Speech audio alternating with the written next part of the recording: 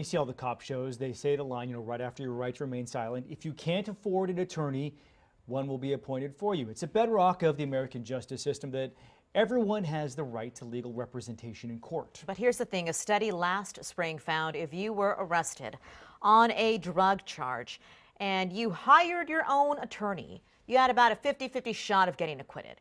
The numbers so different if you couldn't afford an attorney and one was appointed for you by the court, leading to an 80% of conviction rates. So is that fair? Should poor defendants be represented differently?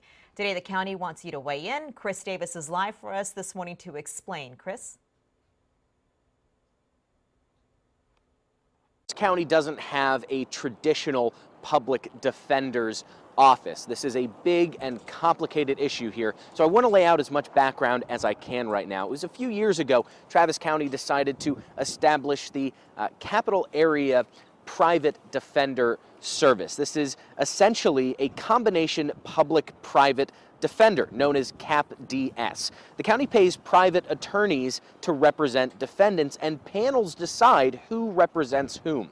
Now, Travis County asked the Indigent Defense Commission to study if an independent defender's office is feasible. So fast forward to last October, the commission said, yeah, it's feasible. It's even desirable. So how is it different? Well, the attorneys in that office would still be paid by the county, but they'd have their own investigators, their own staff. They wouldn't have a private practice outside of that. So the county commissioners here, they put together a working group to study how and whether this idea should move forward. And tonight is that group's first listening session. When she was 20, Annette Price was arrested for murder in Illinois. She was assigned a public defender by a judge, but she didn't see him much, and she says he didn't do enough work to prove her claim of self-defense. I was arrested in October, and by February I was convicted. So that goes to show alone that there wasn't a lot of investigation in my case. Price ended up serving 25 years.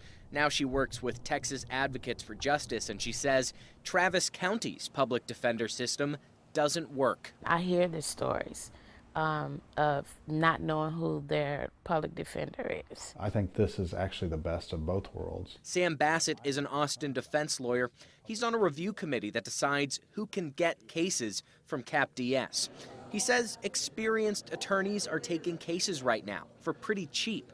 Moving to an independent public defender's office would mean worse representation at a higher cost, he says. And I just haven't seen the will in Travis County to spend that kind of money. We will find the funds to have the type of indigent defense that we need, and that's a public defender office. Reform advocates argue an independent office would be more client-centric and more culturally responsive, like being able to add more immigration attorneys. Now is the time to really ask ourselves, as a city, as a community, what are our values? So what's really interesting here is that both sides say they want to see more money put into the county's indigent defense system, both the advocates for change as well as the lawyers in the current system. Those lawyers say if Travis County would just put more funds into the CAPDS system, they'd be able to do a better job. They'd be able to fix some of the problems that have come up with this system. But if you want to include your input, that public listening session is happening here at the Travis County building on Lavaca Street. It's tonight from 6:30 to 8. We'll send it back to you. Chris, thank you very much. Well, the proposal, though, is not final. It's the framework that they're working with right now. The new public defender's office, though, would handle up to 30% of the cases by its second year. The average cost would be $106,000 more in the first 4 years because grants would offset some of the costs. But after year 4, it would cost about $3.5 million more each year.